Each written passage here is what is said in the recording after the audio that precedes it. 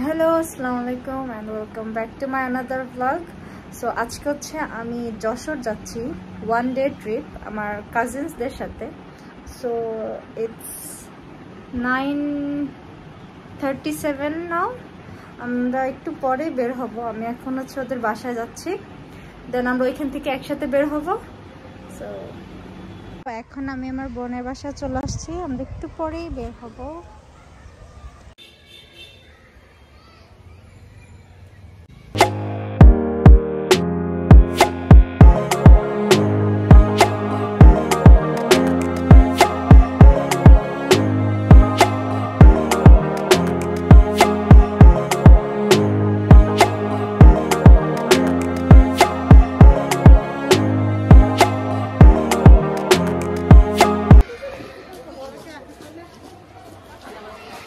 শান্ত,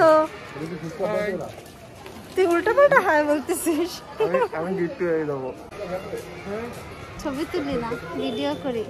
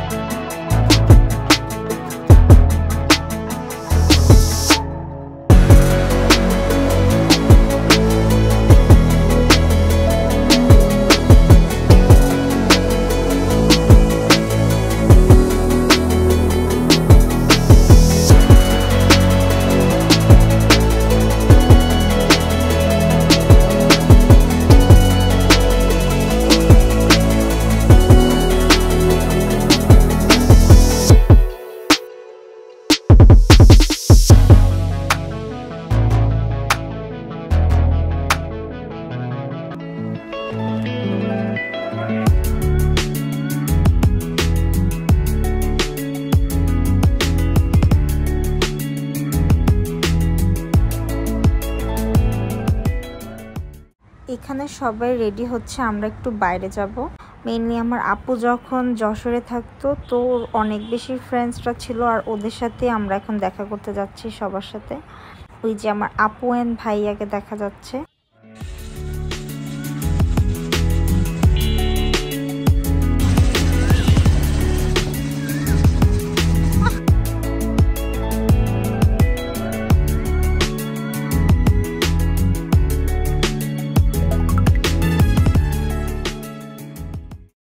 যশোরে এর আগে একবার এসেছিলাম, তখন আমার আপুরা যশোরেই থাকতো।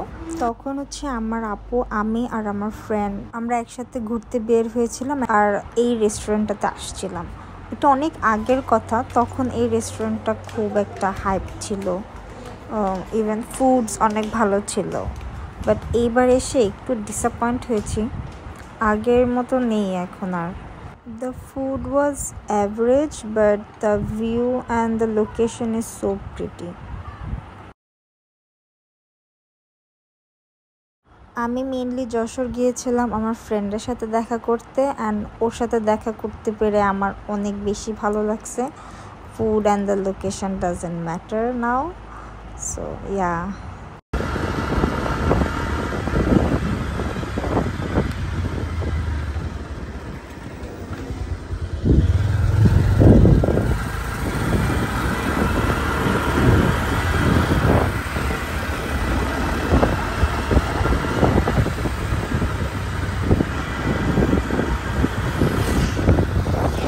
মনিহার হলের কথা আমি অনেকবার শুনেছি, বাট আমি কখনোই হলে বসে মুভি দেখিনি, অ্যান্ড আমি এর ভিতরে ঢুকিও নি এটা কীরকম দেখতে।